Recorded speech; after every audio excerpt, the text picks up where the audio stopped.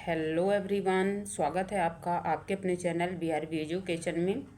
तो दोस्तों, जैसे कि आपको पता ही है कि जो हमारी 200 क्वेश्चन की सीरीज़ चल रही है बायोलॉजी की, तो हम कर चुके हैं 160 क्वेश्चन पूरे कर चुके हैं और आज 161 से 180 तक के क्वेश्चन को हल करेंगे।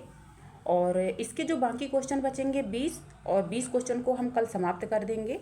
कल हमारी जो 200 क्वेश्चन की सीरीज है ये ख़त्म हो जाएगी और इसके जस्ट बाद हम शुरू करने वाले हैं इसके पर्यावरण वाले सीरीज। ठीक है, तो 500 क्वेश्चन की पर्यावरण की सीरीज हम स्टार्ट कर देंगे और कल से ही हम इसकी जो पर्यावरण की क्लासेस हैं तो इसके डालना शुरू कर देंगे। सबसे पहली क्लास आएगी आपके लिए ग्रीन हाउस प्रभाव की। ठीक है, इसके बाद आएगी जलवायु परिवर्तन की और धीरे धीरे करके जितने भी हमारे साइंस रिलेटेड जितने भी टॉपिक हैं पर्यावरण के वो जल्द ही समाप्त करेंगे। और जितने भी हमारे जल प्रदूषण, वायु प्रदूषण, मृदा प्रदूषण, ये सारे प्रदूषण को बहुत अच्छे से पढ़ेंगे। ठीक है, तो चलिए अपने क्लास को स्टार्ट कर लेते हैं। और अगर वीडियो पसंद आता है तो वीडियो को लाइक कर दीजिएगा, चैनल को सब्सक्राइब कर लीजिएगा और बेल आइकन को ज़रूर ऑन रखिएगा ताकि ऐसे ही इंटरेस्टिंग वीडियो आपको मिलते रहें। तो चलिए अपने वीडियो को शुरू कर लेते हैं। क्वेश्चन नंबर 161 है। क्वेश्चन नंबर 161 क्या कह रहा है? किस अंग को रक्त का बैंक कहते हैं? ठीक है, ऐसा कौन सा अंग होता है मनुष्य के शरीर में जिसको हम रक्त का बैंक कहते हैं? ठीक है, यानी इसको हम ब्लड बैंक भी कहते हैं। तो ये कौन हो जाता है? हृदय होता है, प्लीहा होता है, यकृत होता है या गुर्दा होता है? इसका राइट आंसर हो जाता है हमारा option number B is the right answer. ठीक है, बी होता है यानी प्लीहा, इसको हम स्प्लीन भी बोल देते हैं, इसको हम बोलते हैं ब्लड बैंक। ठीक है, तो इसका ऑप्शन बी बिल्कुल सही जवाब है। नेक्स्ट क्वेश्चन देखते हैं।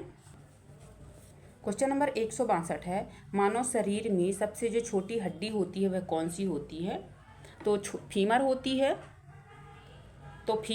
है, स्टेप्स होती है, ह्यूमरस होती है या रेडियस होती है? इसका राइट आंसर हो जाता है option number B is the right answer. ठीक है, जो हमारी कान की हड्डी स्टेप्स होती है वह सबसे छोटी हड्डी हमारे शरीर की होती है। और जो फीमर होती है, ठीक है, जो ये वाली फीमर होती है ये हमारे जांघ की हड्डी होती है जो कि हमारे शरीर की सबसे बड़ी हड्डी होती है। ठीक है, तो ये दोनों पॉइंट आपको ध्यान रख लेना है, एक बड़ी और एक छोटा वाला। और अगर आपने हमारी हड्डियों वाली क्लास नहीं देखी है स्केलेटल सिस्टम की तो प्लीज़ चैनल पे जा करके इस वीडियो को ज़रूर देख लीजिएगा। स्केलेटल सिस्टम को मैंने 206 हड्डियों के पूरे नाम सहित चित्र के माध्यम से आपको बताया है, तो आपको यहाँ पे रटने की ज़रूरत नहीं पड़ेगी। 206 हड्डियाँ आपको चित्र के माध्यम से समझाई जाएंगी तो अपने आप ही आपको याद हो जाएगा। ठीक है, और वहाँ पे मैंने ट्रिकों का भी यूज किया हुआ है समझाने के लिए, तो आप प्लीज़ जा करके एक बार स्केलेटल सिस्टम का वीडियो देख लीजिएगा तो आपको 206 हड्डियाँ याद हो जाएंगी आसानी से। ठीक है, तो नेक्स्ट क्वेश्चन देख लेते हैं। और हाँ, एक बात और बता दूं, जो हमारी स्टेप्स होती है ये सबसे छोटी हड्डी हमारे कान की, तो कान में मुख्यतः 3 हड्डियां पाई जाती हैं। ठीक है, जो कि कौन कौन सी होती हैं हमारी, इसको हम ट्रिक के माध्यम से मिस बोल देते हैं। ठीक है, आप मिस याद कर लीजिए तो आपको कान की तीनों हड्डियां याद हो जाएंगी। मेलियस, इनकस और स्टेप्स, ये तीनों हड्डियां हमारी कान की हड्डियां होती हैं, जबकि सबसे छोटी हड्डी हमारी स्टेप्स मानी जाती है। ठीक है, तो ये पॉइंट आपको ध्यान रखना है। नेक्स्ट क्वेश्चन देख लेते हैं। क्वेश्चन नंबर 163 है हमारा। मनुष्य में रक्त का जो तरल भाग होता है वह क्या कहलाता है? तो प्लाज्मा कहलाता है, हीमोग्लोबिन कहलाता है, लिम्फ कहलाता है या यूरिन कहलाता है? इसका राइट आंसर हो जाता है option number A is the right answer. ठीक है, जो प्लाज्मा होता है वह हमारे रक्त का तरल भाग कहलाता है, तो इसका ऑप्शन ए बिल्कुल सही जवाब हो जाता है। और जो हमारा प्लाज्मा होता है वह पीले रंग का होता है, इसमें से 90% जल होता है हमारा और जो 10% होते हैं वह अन्य मिनरल्स पाए जाते हैं। ठीक है, तो नेक्स्ट क्वेश्चन है। क्वेश्चन नंबर 164 है। मनुष्य का जो मस्तिष्क होता है, ठीक है, मनुष्य का जो मस्तिष्क होता है तो कौन सा भाग जो होता है वह संतुलन बनाए रखने का कार्य करता है? ठीक है, मनुष्य के मस्तिष्क का ऐसा कौन सा भाग होता है जो संतुलन बनाए रखने का कार्य करता है? तो सेरिब्रम होता है, सेरिबेलम होता है, यहाँ पे थोड़ा सा टाइपिंग मिस्टेक है तो आपको ध्यान नहीं देना है, सेरिब्रम लिखा हुआ है यहाँ पे। ठीक है, सेरिब्रम होता है, सेरिबेलम होता है, मेडुला होता है या पोन्स होता है?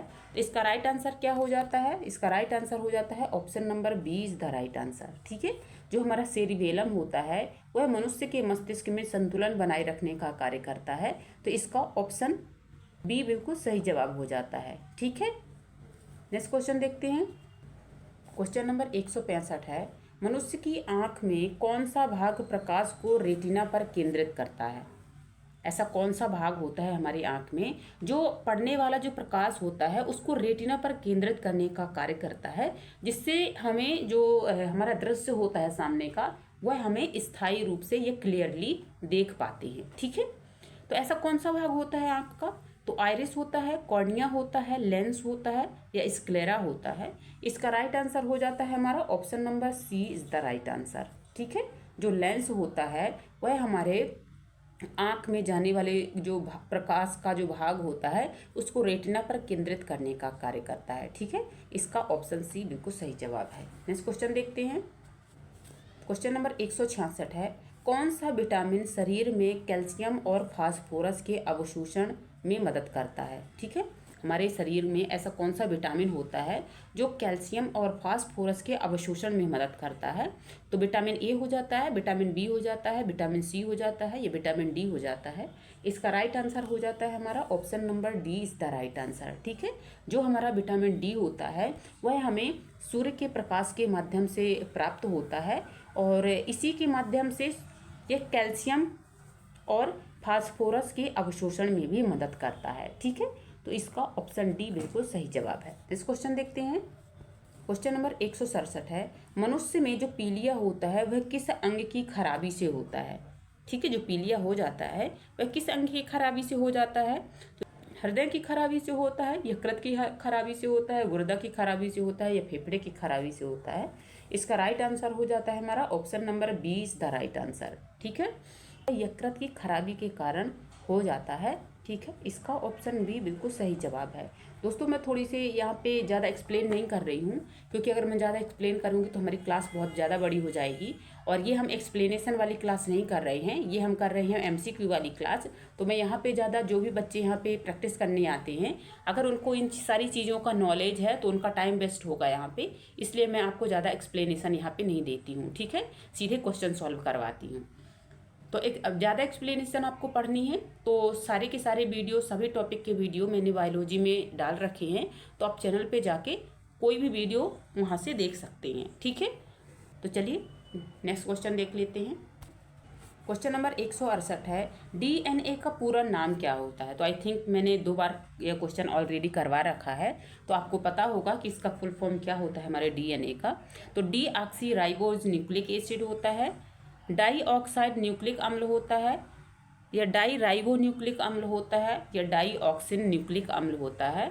इसका राइट आंसर क्या हो जाता है? Option number A is the right answer. ठीक है, जो हमारा डीएनए का नाम फुल फॉर्म होता है तो वह हो जाता है डीऑक्सी राइबो न्यूक्लिक एसिड। इसका ऑप्शन ए बिल्कुल सही जवाब है। नेक्स्ट क्वेश्चन देखते हैं। क्वेश्चन नंबर 169 है, मानव शरीर का कौन सा अंग होता है जो इंसुलिन हार्मोन्स का स्त्रावण करता है? ठीक है, मानव शरीर का ऐसा कौन सा अंग होता है जो इंसुलिन हार्मोन्स का स्त्रावण करता है?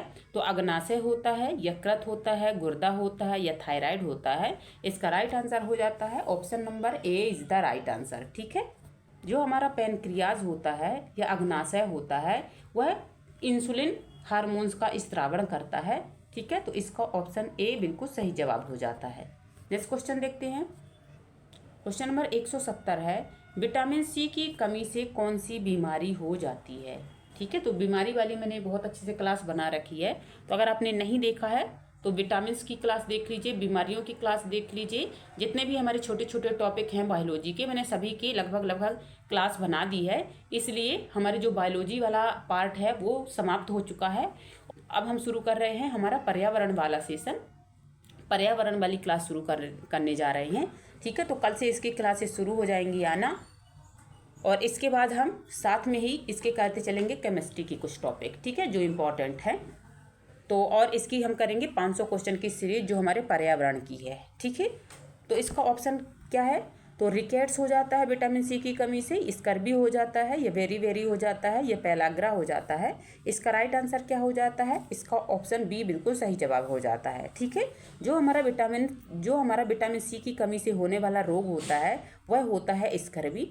और स्कर्वी कहाँ होता है मुख्यतः? तो यह हमारे मसूड़ों में होने वाली बीमारी है। इसमें हमारे मसूड़ों से दुर्गंध आने लगती है और हमारे मसूड़ों में सूजन आ जाती है और कई प्रकार के दुष्प्रभाव देखने को मिलते हैं हमारे मसूड़ों में।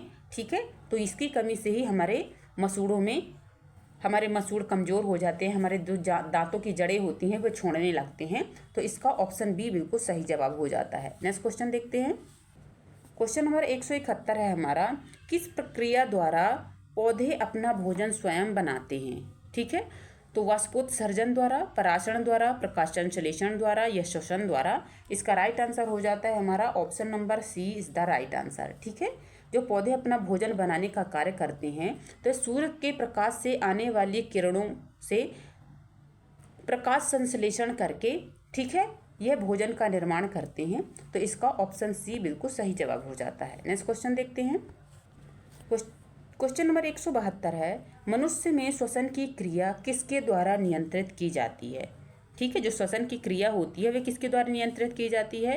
तो सेरिब्रम के द्वारा की जाती है, मेंडुला ऑब्लांगेटा के द्वारा की जाती है, या पोन्स के द्वारा की जाती है, या हृदय के द्वारा की जाती है।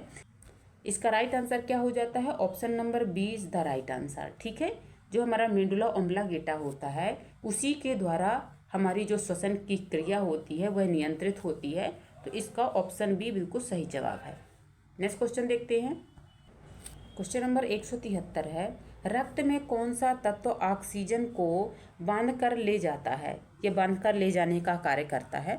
ठीक है, ऐसा कौन सा तत्व होता है जो ऑक्सीजन को बांधने का कार्य करता है?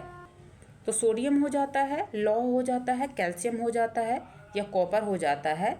तो इसका राइट आंसर हो जाता है option number B is the right answer. ठीक है, जो हमारा लौह होता है वह ऑक्सीजन को बांधने का कार्य करता है।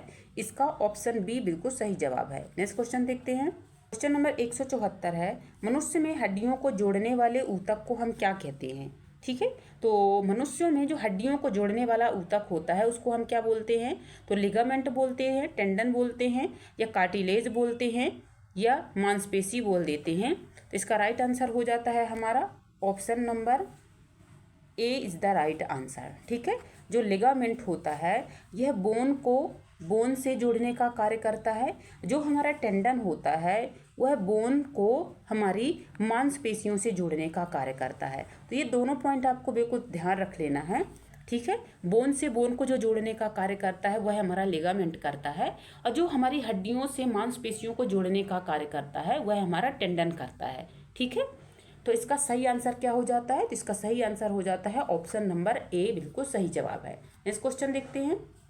क्वेश्चन नंबर 175 है, किसे कोशिका का नियंत्रण केंद्र कहा जाता है? ठीक है, कोशिका में ऐसा कौन सा स्थान होता है जिसको हम कोशिका का नियंत्रण केंद्र कहते हैं? यह हमारी पूरी कोशिका को नियंत्रण करने का कार्य करता है। ठीक है, तो साइटोप्लाज्म हो जाता है, नाभिक हो जाता है, माइटोकॉन्ड्रिया हो जाता है, या राइबोसोम हो जाता है।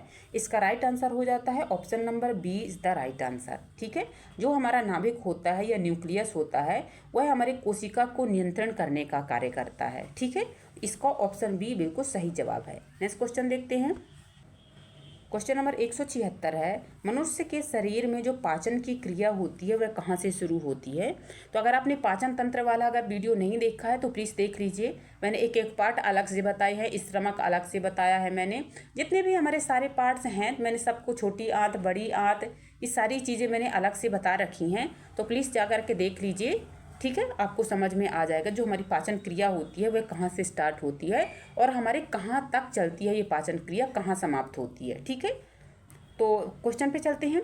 इसमें क्या पूछा गया है कि मनुष्य के शरीर में जो पाचन की क्रिया होती है वह कहाँ से आरंभ होती है? ठीक है, तो ग्रास नली से होती है, मुंह से होती है, अमाशय से होती है, या छोटी आंत से होती है।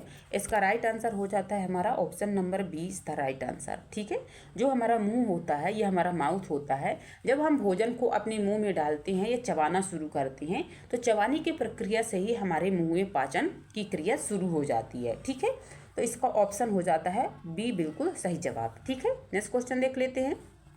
क्वेश्चन नंबर 177 है हमारा, लार में कौन सा एंजाइम पाया जाता है? तो ट्रिप्सिन पाया जाता है, एमाइलेज पाया जाता है, लाइपेज पाया जाता है या पेप्सिन पाया जाता है? इसका राइट आंसर हो जाता है option number B is the right answer. ठीक है, जो हमारा एमाइलेज होता है वह हमारे लार में पाया जाने वाला एंजाइम होता है। ठीक है, इसका ऑप्शन बी बिल्कुल सही जवाब है। नेक्स्ट क्वेश्चन देखते हैं। क्वेश्चन नंबर 178 है, मनुष्य में लाल रक्त कणिकाएं जो होती हैं वह कहाँ बनती हैं? ठीक है, जिसको हम बोल देते हैं RBC। ठीक है, रेड ब्लड सेल्स जो होती हैं वह कहाँ पे बनती हैं? तो यकृत में बनती हैं, अस्थिमज्जा में बनती हैं, प्लीहा में बनती हैं या गुर्दा में बनती हैं? इसका राइट आंसर हो जाता है option number B is the right answer. ठीक है, जो RBC का निर्माण होता है वह होता है हमारी बोन मैरो में। इसका ऑप्शन बी बिल्कुल सही जवाब हो जाता है। नेक्स्ट क्वेश्चन देखते हैं। क्वेश्चन नंबर 179 है हमारा, मलेरिया किसके काटने से फैलता है? तो एडिस मच्छर के काटने से, एनाफ्लीज मच्छर के काटने से, क्यूलेक्स मच्छर के काटने से या मक्खी के काटने से? तो इसका राइट आंसर हो जाता है हमारा option number B is the right answer. ठीक है, जो हमारा एनाफ्लीज मच्छर होता है इसी के काटने से मलेरिया नामक रोग उत्पन्न होता है। जो हमारा एडिस मच्छर होता है इसके काटने से डेंगू नामक रोग होता है। ठीक है, तो ये दोनों ही आपको ध्यान रखना है। इसका ऑप्शन बी बिल्कुल सही जवाब हो जाता है। नेक्स्ट क्वेश्चन देखते हैं। क्वेश्चन नंबर 180 है और आज का हमारा यह लास्ट क्वेश्चन है। तो जो एड्स होती है, एड्स की बीमारी किस वायरस से होती है? तो रेट्रो वायरस से हो जाती है, हर्पीस वायरस से हो जाती है, फ्लू वायरस से होती है या कोरोना वायरस से होती है? इसका राइट आंसर हो जाता है option number A is the right answer. ठीक है, जो एड्स बीमारी होती है, कभी कभी आपको सीधे HIV आपको याद रहता है, HIV वायरस, और रेट्रो वायरस आपको याद नहीं रहता है, तो प्लीज़ आपको दोनों चीज़ें ध्यान रखना है। ठीक है, इसका ऑप्शन ए बिल्कुल सही जवाब हो जाता है। ठीक है, तो दोस्तों हमारे पूरे 180 क्वेश्चन हो चुके हैं और कल हम इसके 180 से पूरे 200 क्वेश्चन की सीरीज पूरी ख़त्म कर देंगे। ठीक है, 20 क्वेश्चन हमारे बचे हुए हैं जो हम कल कर लेंगे इसके। तो आज के लिए अपनी क्लास को बस यहीं तक रखेंगे।